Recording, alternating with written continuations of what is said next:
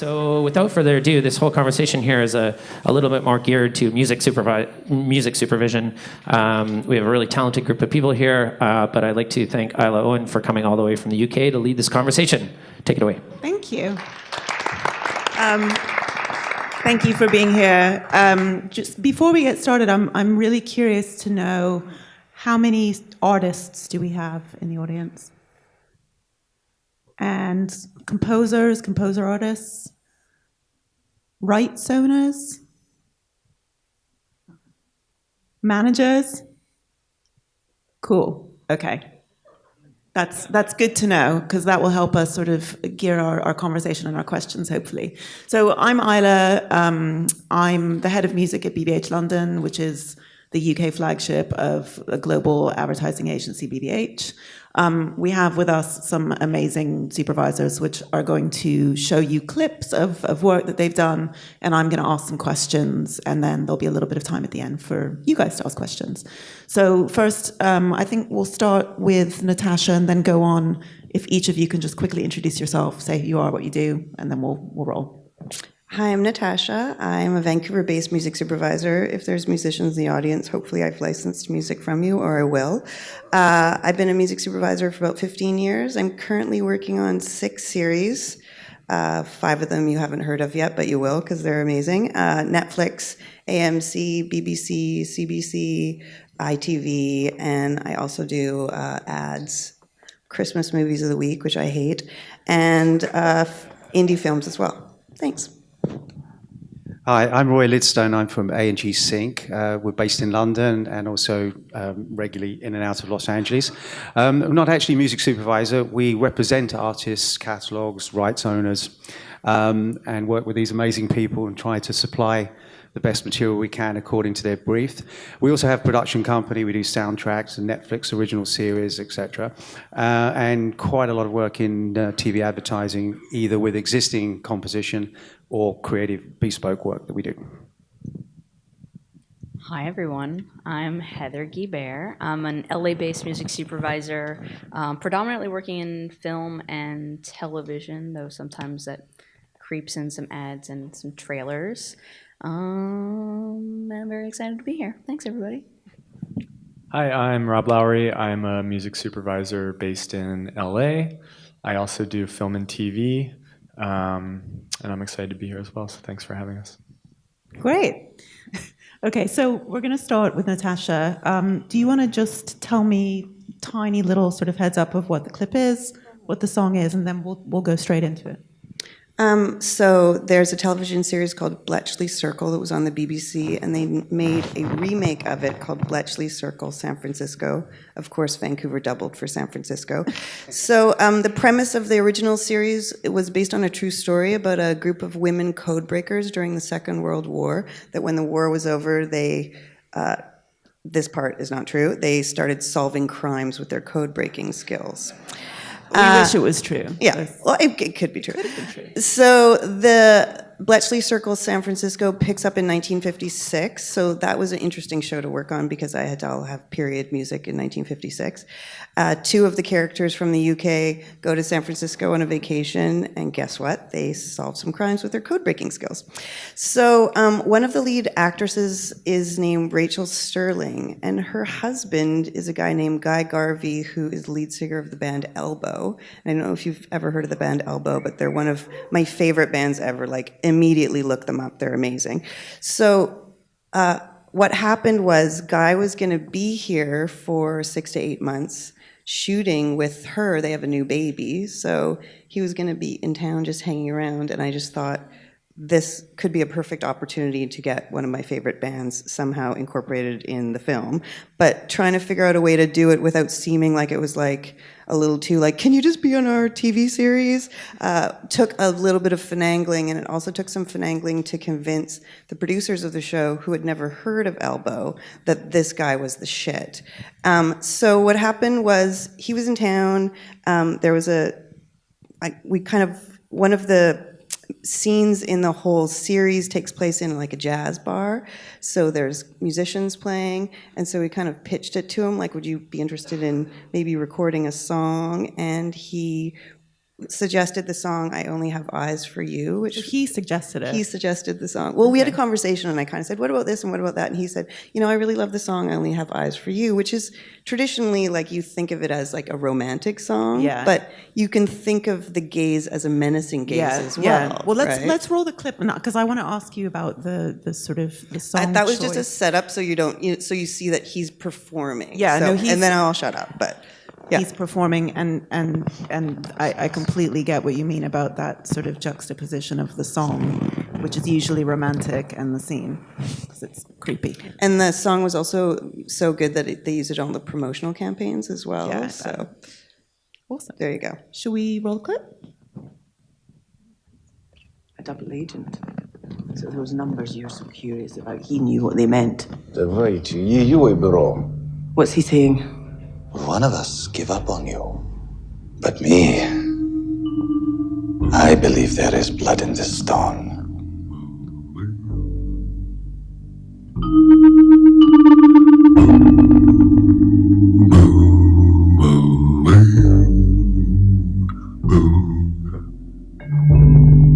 My love must be a kind of blind love. I can't see anyone but you.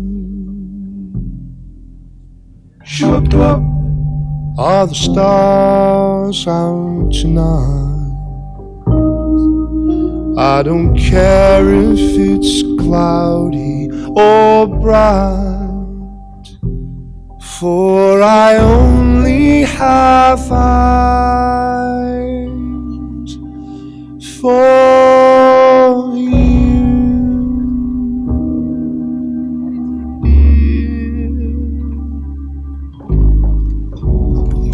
I thought this might prove helpful. It was obvious you weren't given much aid from those G-men. The feds have an interest in him. My guess is he was involved in the poisoning. His name is Vladimir Nikolaev. I know this man. He was at the party. I must speak with you. Where's Ilya? Shouldn't you be busy being a boil? What is boil? Never mind, just keep your distance. There is danger. You must listen. Ah, there you are. Ilya, I gotta find my friends. But first, music. I need a quick confab. А станцию. Я делаю, что хочу. А ну ночь оставь меня. Ты гнусный паразит. Holy doodle. That's Ilya's bodyguard. And he's right over there.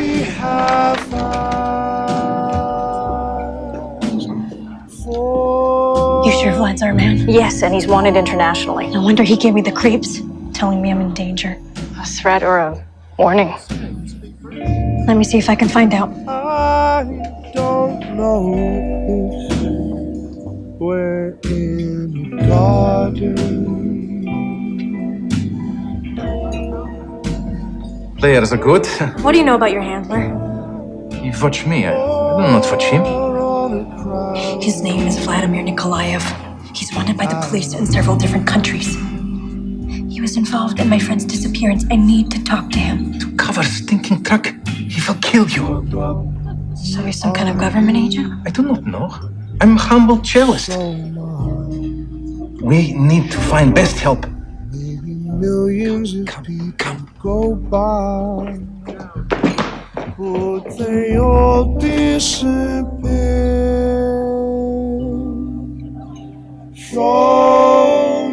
Красно.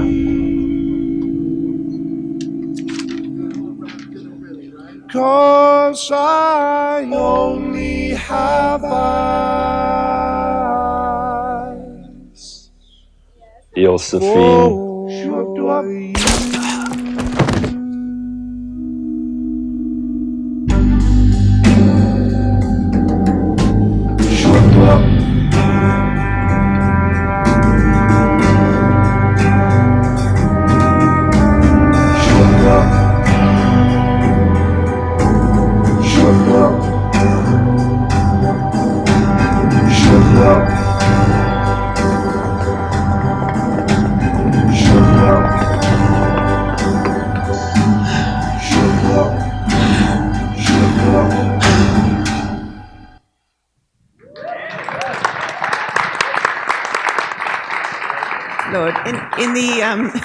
in the interest of full disclosure, I'm a massive Elbow and Guy Garvey fan, so I have so many questions. I'm going to have to restrain myself. But what I loved about that arrangement was, as you were saying before we played it, it really changes the sort of perspective and meaning of the song once you look at it in the sort of sinister framework of what's happening.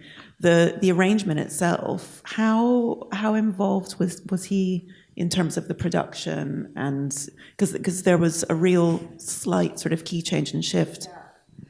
He actually had a studio rented in Vancouver when he was here at 604 Records. Handy. Yeah, because he was writing his new record. Yeah. So he said, I was like, should we rent the warehouse studio? Should we get musicians? What should we do? And he actually just did it all himself.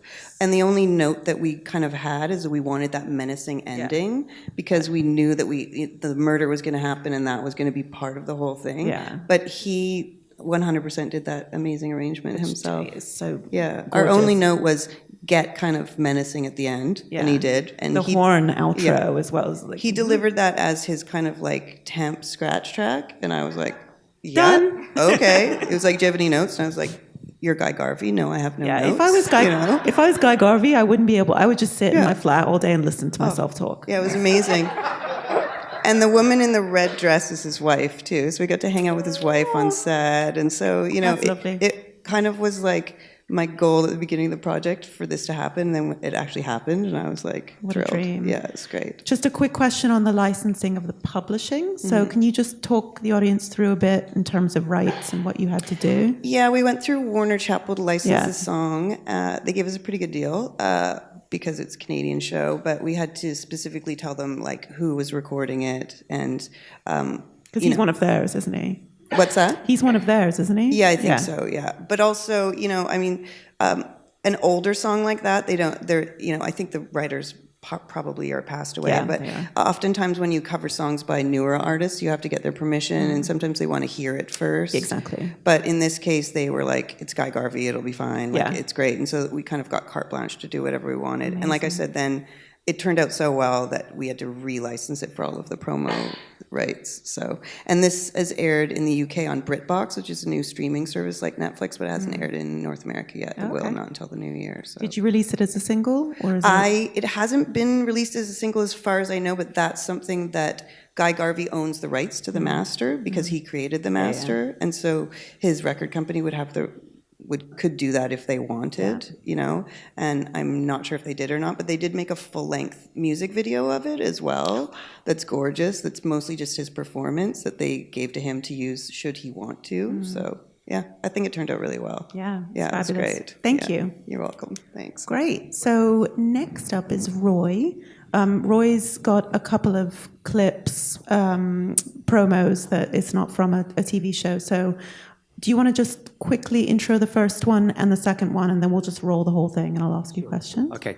All right. So I picked a couple of clips here specifically being used in the UK or Europe at the moment, just to kind of give an understanding of what we do is a global business. There can be things that you air globally or even individually in territories.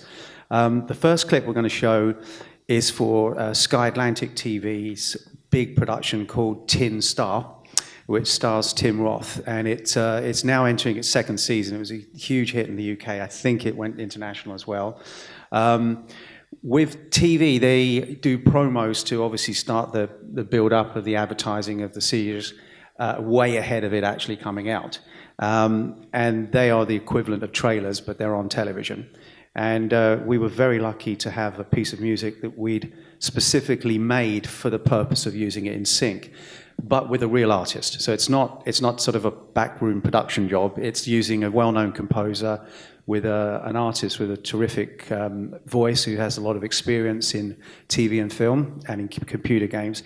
And we gave them a brief, actually. We gave them a brief to work to a Volvo commercial, which is the style of this Nordic noir, as we call it. So when we received the brief for this promo, we were very lucky to actually get to work with the clip itself. So it meant that we could try different tracks out, and this is one. It's a shame we can't play you the full version of the track, because then you'd probably see how it's designed to work in that way. So it has all the right hit points that you would need. It's been used in US TV series, in trailer promos, etc.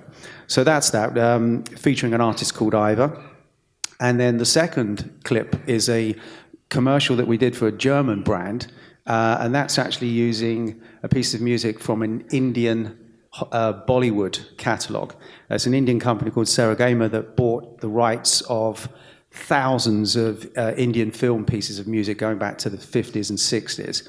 And this is a piece that was from 1982.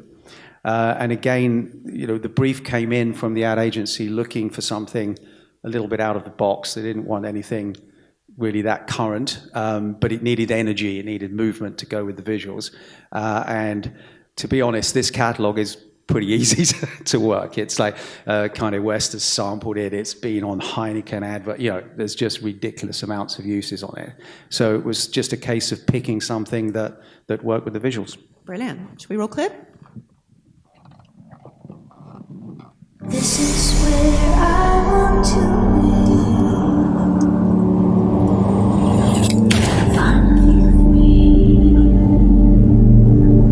I murdered my husband.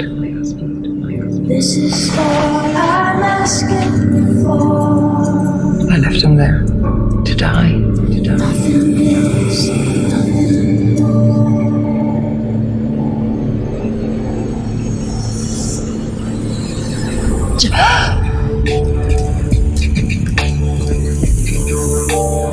I felt safe here for the first time in my life. To be baptized means to live a new life. It's my daughter. Mother, come back! Where is she? Give her back or I will kill you. I won't let him hurt us.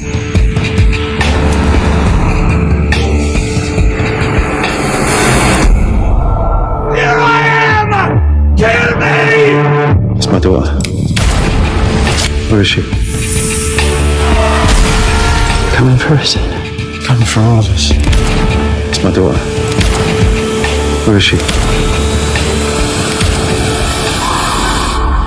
Tell him, Jack. You're all gonna die.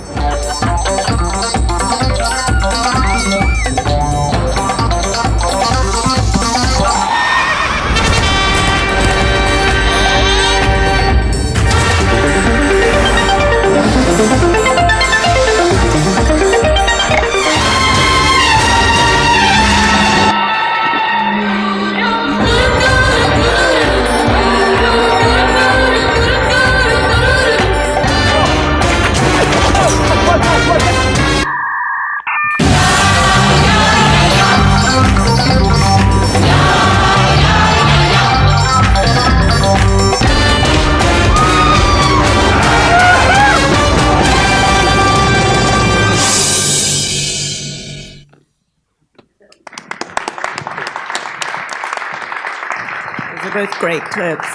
I'm really interested in Ivor. Is that the right pronunciation? Apologize. As close as you're going to get. Yeah.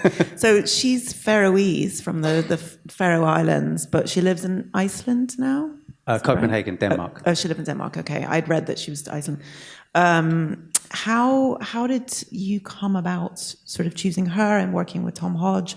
Was it created bespoke or was it an arrangement of an existing track? Yeah, okay, so I've actually known about Ivor for quite a few years. Yeah. And it was, bizarrely, I was at the Viper in LA. Yeah. And a manager of an artist came up and said, oh, by the way, you should check this artist out, and handed me a CD, and which I happened to listen to later in the day. I was on my way to a restaurant, and I never got to the restaurant. I just sat in the car park and listened to the whole album. And I found this is an extraordinary artist. But she was with a Universal label in Denmark, and I couldn't really get at it, and I was like waiting for the opportunity. Yeah. And in that process, we started talking, And I realized that her vocal is extraordinary. I mean, she can throat sing, she has a classical operatic voice as well, can do jazz, and it's just something else. It's another level of vocal. But her music, of course, was very specific to her, and it wasn't an obvious sync type of music, but the vocal was something very special. It's very crystalline, and yes, there is a Nordic sound to it. Oh, very much so. Yeah. Was that part of why she was so perfect for this particular scene? Yeah, well, it kind of, we had this conversation because she'd been doing it a while, and she was very sort of protective of what she did. And I said, look, it's not going to hurt you. I think there's a fear sometimes of musicians that are uber cool, that there is something that if I did this television thing, anything remotely commercial, oh, it's going to ruin me and my fans will hate me. And it's like, no, it won't. It will complement them, because you're not going to do anything that won't complement what you do. We won't let it, and you won't let it. So to kind of a very long story short, we put her in the studio with some composers with this kind of thing in mind.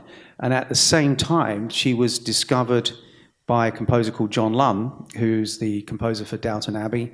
And he was working on a new TV series called The Last Kingdom, which is about Vikings. And she's about the biggest Viking queen you're going to get. I mean, yeah, the Faroe Islands. Yeah, and bizarrely, I mean, it's very difficult to explain to an artist how difficult this is if the first job you get is co-composing an entire series for Netflix. Yeah, you know, it's, like, it's not that easy, please. You know, but she's respected it, and they're now on season 3, and there's going to be a soundtrack release, and then that led on to her performing on God of War. So as her profile has come up, we were able to work this kind of track and put it back into the system. But we've sort of built a number of cues around her that really show off what she does vocally, but are very much in keeping for who she is as an artist at the same time. So she's not a session singer, in other words. Yeah. She's co-composing. And Tom Hodge as well is Tom's amazing, yeah. Yeah, he's, for those of you who aren't familiar, he's a real sort of name in UK composer world, but works internationally. It's brilliant. And then the second clip, sublime to the ridiculous, isn't it? The second clip, because it looks very much like there was a specific edit made, and I wasn't sure if it was a new arrangement or not, because it so syncs to each shot. Do you want to tell me a bit about that? Yeah, I mean, it is a great edit by the makers, obviously. There is nothing remixed about it. There's some soundscape on it. I heard but it is the original. Beethoven, the disco-y Beethoven thing. There's a little sneaky bit. But the interesting, the background of this stuff, there's literally thousands of these pieces of music, and they were made for Indian films, as I say, during the 60s, 70s, 80s. It can be a tricky area to go with Indian music, because you need to, not sure whether who's got the actual rights. Clients can be a little bit nervous. Yeah. So we worked with this company, and they set about purchasing from the original film companies all of these rights, and then repackaging it. Some of their works have actually been remixed. They just did an Apple ad, I think a year or so ago. That was heavily remixed with heavy beats on it, just using that kind of vocal pieces from them. But in that case, it was basically the original track with some additional sound effects on top. Cool. Yeah. Lovely. All right. Thank you very much.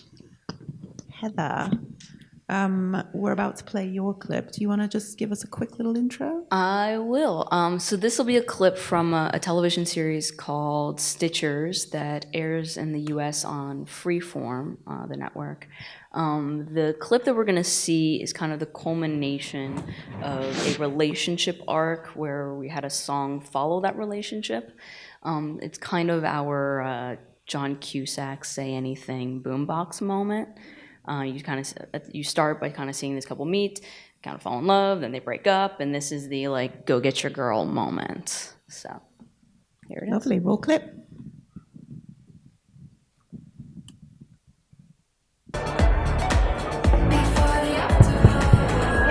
Hey guys,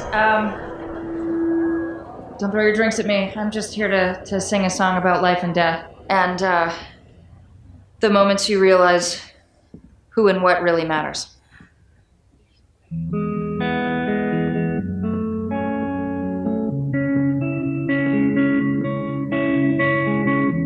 I couldn't move, I couldn't run away.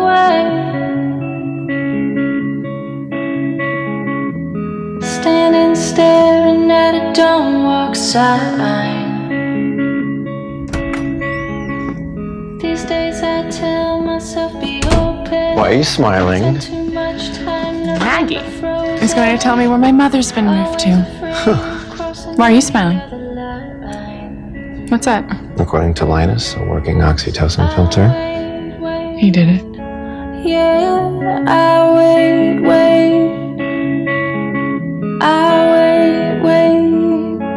Yeah, I wait. Until you find me.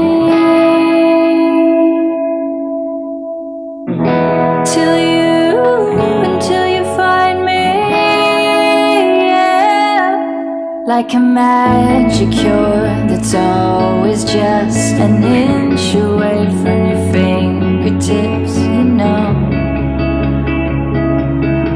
Oh, you know. Like the answers to questions afraid to ask, or the moment of courage you can't get back, you know. Oh, you know.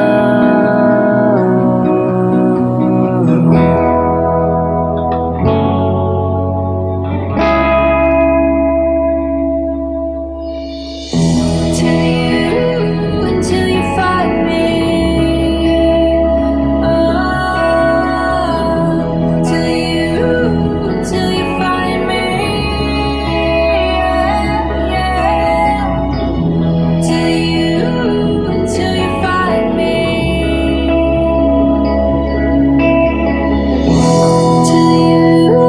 Until you find me.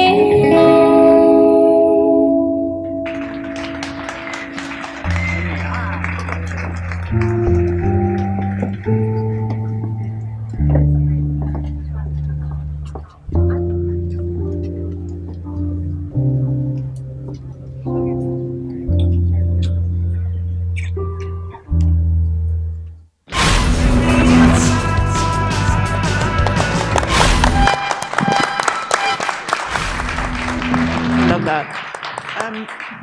So Alison. Alison Scagliotti. Yeah. Is that her? That is very much her. That is her. And did you... That is also her on the guitar. Cool. Did you develop her throughout the series? Can you tell us a bit about that?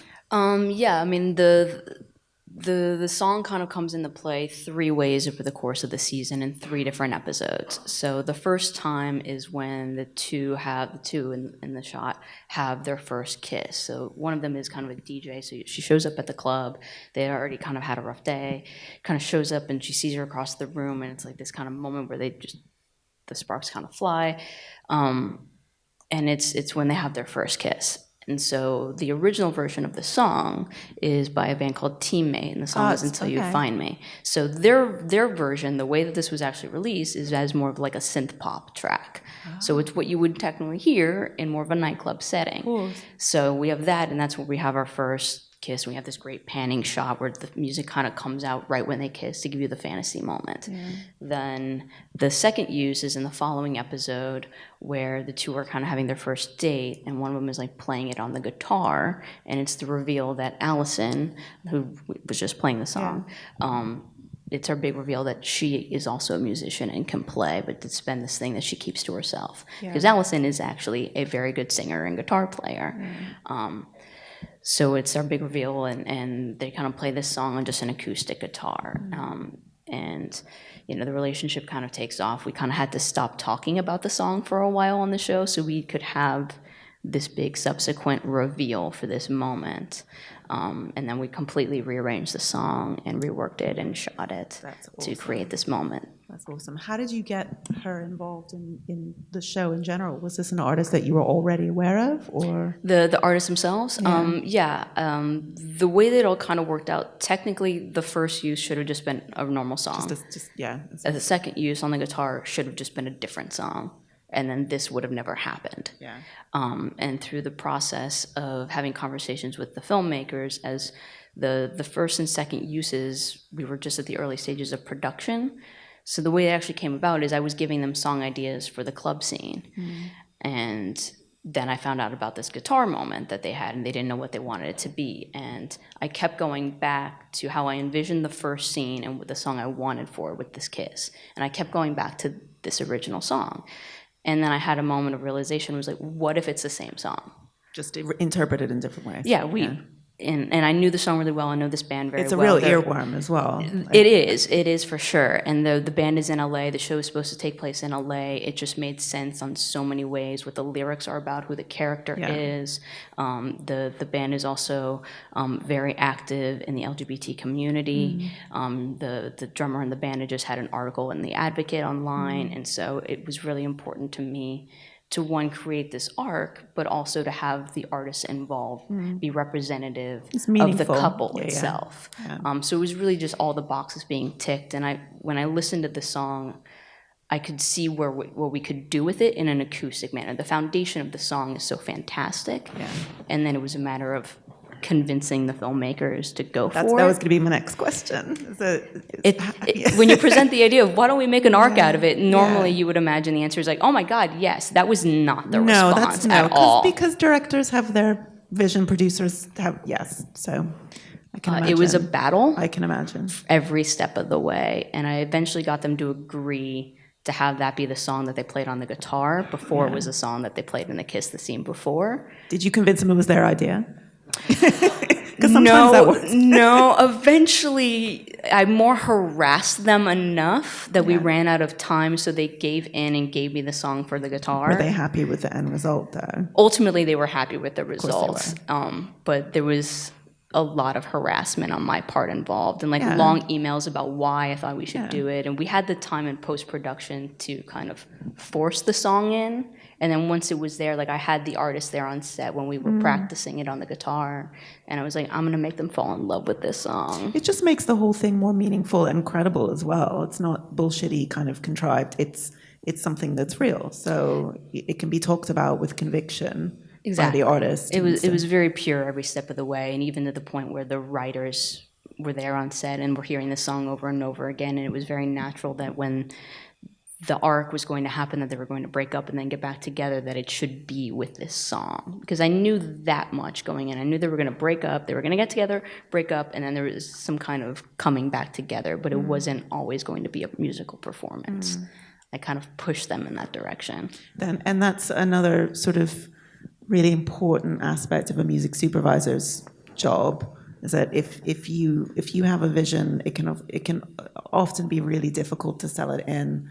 But if you show that conviction and passion and lay out the reasons why and just keep harassing them.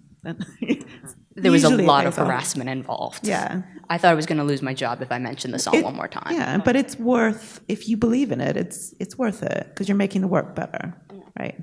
Thank you. Oh, for sure. Fantastic. Thank you very much. Rob, do you want to give us a quick little intro? Yeah, so the clip is from a show called The Bold Type. It's on Freeform in the US. I think it's maybe on Spark or something here. It's Disney, ABC Family. And basically I'm showing the clip because it's one of those songs that from the moment I read the script kind of knew what was going to be in there, but there was kind of an earlier version of the song that wasn't quite finished.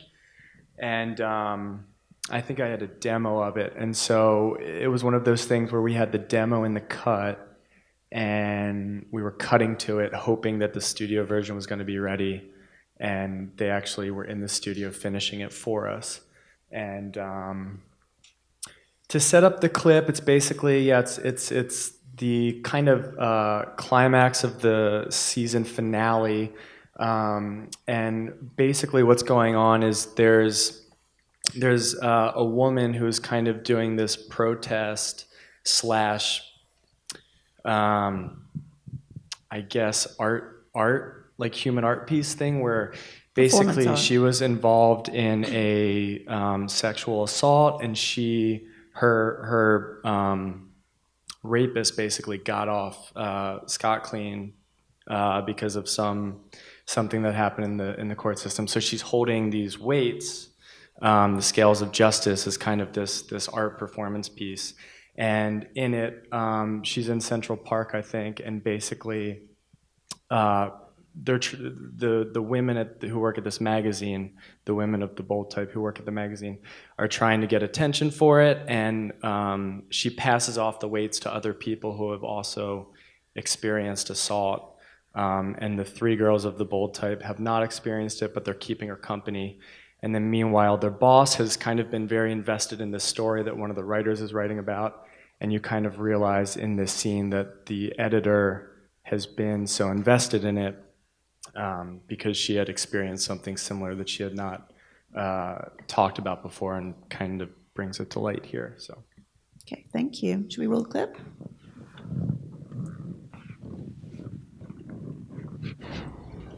Well, I'm glad you're here. These nights get long. Hey, Mia. Hi, Kat. What are you guys doing here? Showing up. Thank you. Put on your face, know your place. Shut up and smile, don't spread your legs. You guys make me feel like I'm a little underdressed. I could do that, but no one knows me, no one ever will. If I don't say something, if I just lie still, would I be that monster, scare them all away? If I let them hear what I have to say, I can't keep quiet, no, I can't keep quiet, no, I can't keep quiet, no, one woman riot, no, I can't keep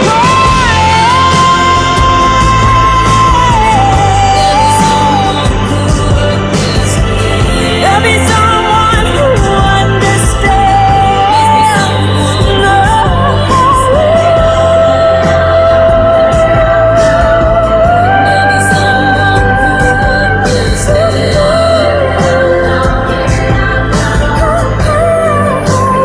I can't keep quiet.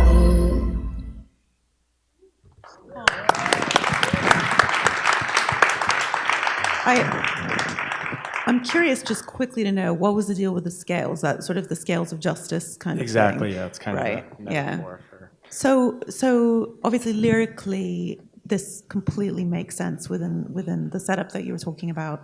Was that written specifically for this? Because you said you had a demo. Yeah, no, So it wasn't. It wasn't. It wasn't written Okay. specifically for it.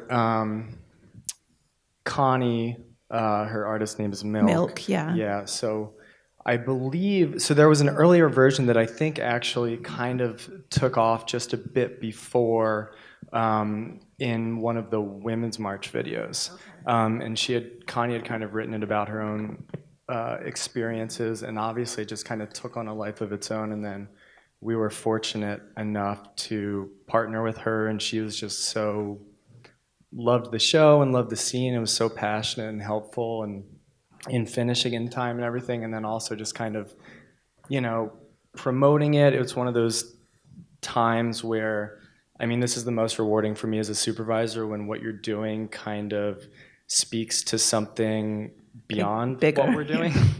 And so we were able to do stuff with Connie in terms of interviews and that kind of stuff. And did you release this as a single? I think I. So this was released. This was the world premiere of the song, and then she released it as a single the day of as well. Yeah.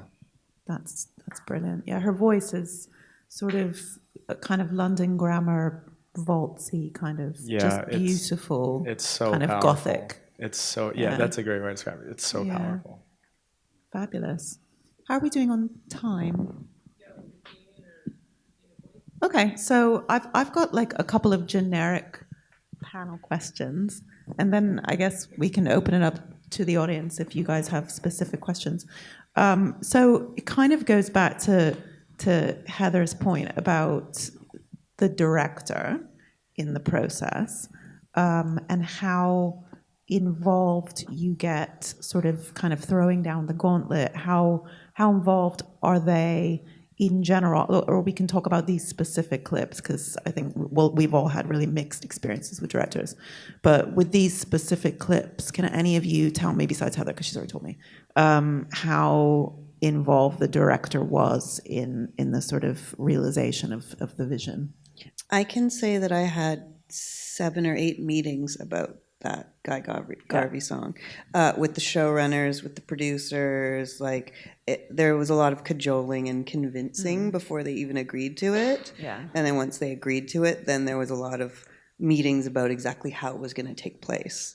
So in a perfect world, I'd just be like, here's Guy Garvey, he recorded a song, it was done. But there was a lot of strategic meetings. There was a lot of meetings of me pitching them songs because they weren't sure it was the right song. Right, So I had to yeah, pitch of a lot course. of other songs. They were like, are you sure it's the right song? And I was like, I'm sure, but here are 40 other songs. And then they listened to just to all of satisfy those you, songs just to make sure that it was exactly the right choice. And so was it just doubly hard because he was physically in the scene as well? So did you have to kind of sell him as a visual artist as well as a recording artist? Well, the good news is he kind of looks like he's from the 50s. He does. Like, He's got that retro Yeah, vibe. like the jazz bar is supposed to be this like speakeasy in like segregation, and there's all these kind of seedy characters. So Yeah. he kind of looks like a seedy and character. he stays in character with the Northern English. She's got this Totally. lovely, thick Northern English accent when he's singing. So the actual shooting was fun. You have to record it all before you shoot, and then you have to have playback on set that he can mime to, and then you have to send the song to the editors, and the editors have to cut to it. And his lip sync was a bit out, and so then we had to have like 12 meetings about that. So, there's there's a long process, and as music supervisors know, like as we go along the way, we don't make the final decisions. We just kind of present the options, but sometimes we present the options that we're really passionate about, but we still have to be like, well, I think it's probably, like, we can't just be like, what are you fucking talking about? Like, come on, trust me. So there's a lot of cajoling, and there's a lot of, what I mean, where it's just like, here's some, I think this, and he won an Ivor Novella Prize. Yeah, he's like super literally the day celebrated. after they shot or something like that. Oh, they were happy with you. It was like a week later, and so I sent them a press release, and I was like, this is a really big deal award. And he mentioned Vancouver from stage when he accepted the award. So it was kind of like, once it was all done, I was like, oh, I see, I showed you, I did it. But you know what I mean? You're going through it kind of being like, I never got yeah, you were right about that. That never happened. You It were never right happened. about that. Oh, I was There you so go. right about it. Yeah, we think you're right. But I kept We waiting. I just was like, agree I wonder this- when this comes out if I'm going to get that. No, never did. But Yeah. there was a lot of steps along the way to convince not just the main decision makers, but to assist the execution of it from just a technical perspective, but also, we had so many meetings and so many emails and so much back and forth to make it all happen. Even once they said, yes, we're going to do that. I sat down with the director and had a meeting with them. I had side conversations with the editor about exactly how I wanted it to be cut before the song was even done. It was like, here's what I envision the sequence being. Here's what I want the music to sound like. Because even when we went in the studio, I had one idea, which is what it is, versus what the showrunner wanted, which was much more stripped down, much more like, you can't have strings in a song. There's no string section behind her. I'm like, okay, we'll see what happens. you're like, it's a television show. People are going to be cool with Yeah, that. so it was every little step of the way was some other part of trying to secretly convince him that it was their idea, essentially. Yeah. As I was saying, I think also just looking at the role of the music supervisor in the context of all of this, because I'm on the board of the UK and European Guild of Music Supervisors, and I think the sort of role of a music supervisor is becoming more acknowledged as time goes by. And I think I'd be curious to know, I know, Roy, you're not a super, but for the others, do you feel like you're able to have these tough conversations now in a way that maybe 5 years ago you weren't as a music supervisor? I think a lot of our job is still explaining to filmmakers what we do. Okay. And so, I think there's certainly, with the Emmys, there's an Emmy Award now for music supervision. Supervisor, yeah. I think on a broader scale, maybe there's some recognition, but Still lots of I work feel to like internally on stuff, it hasn't changed for me for the most part. It really depends. I mean, I've had really great experiences early in my career, and I've had really horrible experiences later in my career, where you would expect it to be the opposite. So it's highly dependent on the project, highly dependent on the people that you're interacting with and what their experience is with music supervisors, and really trying to. I mean, I'm constantly trying to tell the people who have hired me, no, really, these are the things I can do. Here are the services I actually provide. It's not just, here's a playlist of songs and walk away. It's really every step of the way. You really are there to benefit them and the story. That's what they're paying you for. It's convincing them to spend the money too, right? Yeah. You know, they have a composer they've hired, and so they're like, well, why would we put a song there? We can just, the composer's already getting paid, and why would we put a song that maybe costs a little bit more of the budget? And isn't music free? And don't musicians want to just get the exposure? Yeah. And I'm like, and that is, so it's the education. The supervisor will often be sort of a teacher almost. And then explaining the value. But then some projects you work on, and you have like the showrunners that are like huge music fans. Yeah. And it's like amazing because they're like, have you heard of this band? Have you heard of this band? And that was going to be my next question. And they say thank you at the end of every email. Those are the real gems. I was going to say from the outside, looking into the supervisor side of it, from a musician's point of view, from a rights owner's point of view, then the role of the music supervisor is extremely well known, not necessarily understood, but well known. Some of the things I often say, I've been running the A&G Sync for over 10 years now, and I can see that change just in that period of time. And one of my sort of little silly comments to bands when they come in is that 10 or 15 years ago, you could have gone to a rehearsal room and there's a bunch of indie bands playing in there and said, "Do you want to sync?" And they'd think you were a plumber. Yeah. Now they know exactly what a sync is, and everybody. Hence why people have come to this. There is such an awareness within the music industry of how important having your music used in the right way, how effective that can be. We've done a placement on Suits once. It was an end titles.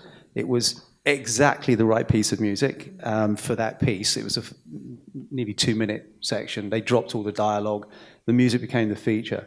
90,000 Shazams straight out the back of that. 2.5 million plays. So from an industry point of view, from a rights owner's point of view, it's really important that we form relationships with the film, TV, advertising industry and look for ways to be able to have the work used in this. And the creative element of that is to be able to get the music to the supervisor. Yeah, that's really interesting. It's good to know as well from the supervisor's point of view. Just touching on, you were talking about the runners with crazy muso sort of backgrounds. How, and because we have so many artists in the audience, how important is it for you all, including Roy, to be very up to speed on new emerging artists, new talent? Because as a music supervisor, we work on everything from polka music to classical to whatever the script calls for.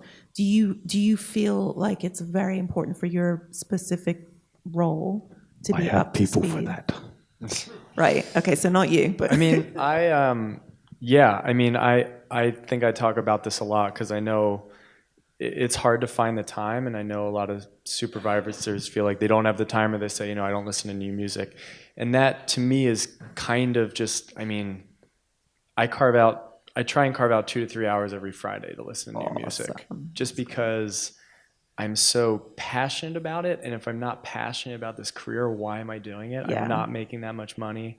I'm spending a lot of time doing it, and I love it so much. And part of that is finding that new thing and staying up to date, especially like I think when we're working on a show like The Bold Type is very much like stuff that's coming out now, or it's coming out in 6 months and that type of stuff. So that forces me to keep on top of stuff too. It's so easy to slip out of the habit of listening to. I'm the editor of an emerging music blog, and we have co-editors and writers and stuff. And if I didn't carve out time to force myself, because you're so busy, and I think it's important too, because I think you're right. Like you carve out time, and you think I used to feel guilty about it in a way, like I should be working, but then you're like, oh no, this is work. This is my job. It's okay to enjoy it too. Yeah. We have every week at A&G, we have a 4 hour with a lunch break in it every week just to listen to new supervision. Because it's vitally important to know, to discover, to find something new that we can present.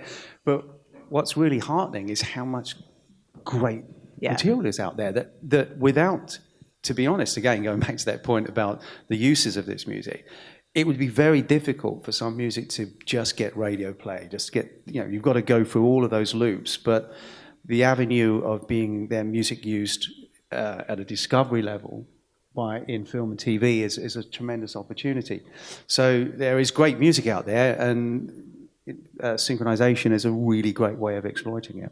I listen to music really fast. Like, I don't listen to the whole song. I basically listen to it for 20 seconds, 20 seconds, note it in my brain, put it in the right playlist. And if it's a song that I really like, then I might listen to the whole thing. But I listen to music like super fast, acknowledging what it is, putting it in different playlists.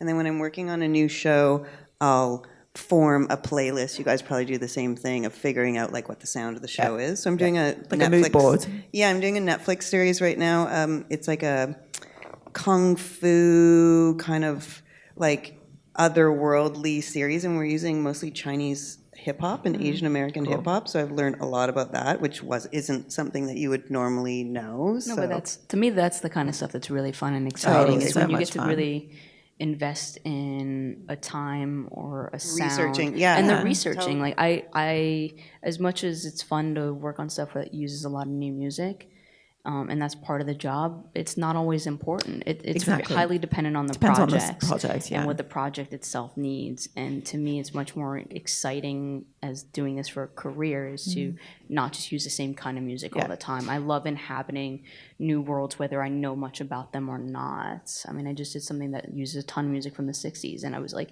this is what I've been wanting for so long. It's let me just live in this world. Yeah, it's like being an anthropologist, a sort of time traveler and immersing yourself. It's quite indulgent. If you're a music nerd, it's the best thing ever. I love it. I love just creating different worlds for different projects that are very specific, where you're just completely just dive right in, and that's all you listen to for a while. Cool. How are we doing on time? We should go to questions for sure. Okay. Audience questions? Is that Red? Yes. Hello. She doesn't even need a microphone. Would you mind if I ask two questions? One semi-serious and one kind of frivolous, but I still want to know. Yeah. The more serious question is: there's the never-ending conversation about how do you get on a Spotify playlist. Yeah. And you have to pay off the devil herself to figure out how the fuck to do that. But the question is, for you, when you're making decisions about what you're going to pitch to directors, how big or small a part does the profile of the artist come in when you're thinking about what is exactly the right song? Like for you, if there's an unrepresented artist who has made the most amazing thing and you absolutely love it, but no one knows who they are, they have no market share, and the music is just good, but there's no strategic benefit to licensing that person or to placing that person, how much does that factor in? I know it's kind of like how long is a piece of string, but how much does that factor into your decision matrix? And then the frivolous question is, you guys listen to a metric nose load of music all the time. Do you still listen to music for pleasure? And if so, what do you listen to for pleasure or to reset your ears? Because I know as a composer, I never listen to music at home ever because I just need quiet so I can sort through all this stuff in my brain. I'm just curious to know for you, is it something that your appetite is still as voracious as it's always been? Or do you have a reset thing where you just listen to Nusrat Fateh Ali Khan to just reset and then go right back into pop? Can I answer the frivolous one? Yes. So I'm so glad you asked that because you kind of need a cleanse after listening to so much music and wanting to still love music at the end of the day. I didn't used to be, but I've got really into ambient, but 70s ambient music. So I don't know if you've ever heard of Eosos. He's a Greek. He's the godfather of ambient pre-Eno.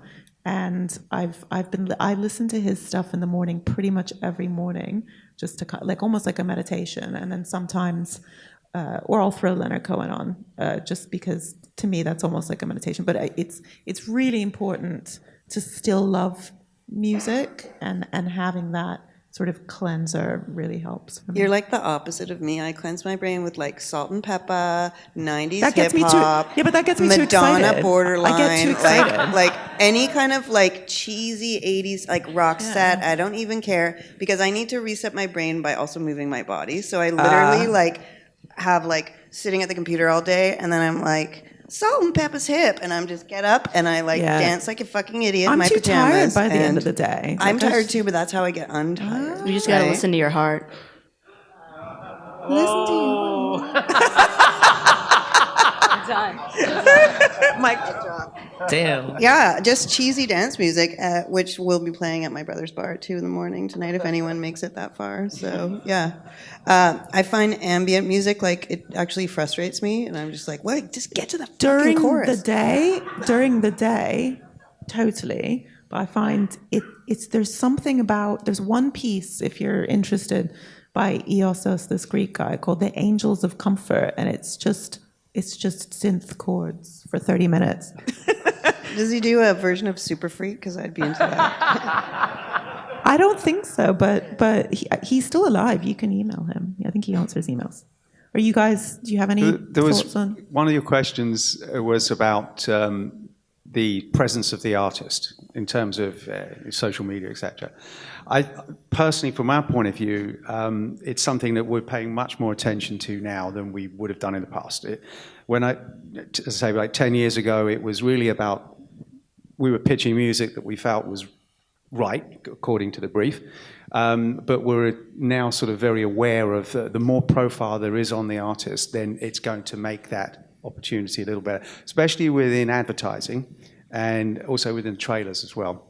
It's If tough. we only have $500 though for a song, it doesn't really matter. And also, everybody wants to discover the next big artist too. So there's very few series where they're like, tell me all about the stature of this artist, and usually that's a big montage scene where we're spending lots of money and we have to convince the producers that we should spend the money on that artist. But if it's just like a needle drop or something and it's $500, then bazinga. In advertising, it's pretty brutal in terms of having data and stats on artists, but it depends on the project. If it's a project that's all about sort of new up-and-coming innovation, etc., then if you've got an emerging artist, then it's a benefit. Who cares if no one's heard of them? Well, like CBC wants us to use Canadian artists, as we should, So they, a CBC show, they want to use us to use artists that would play on CBC. So for a little cross-promotion.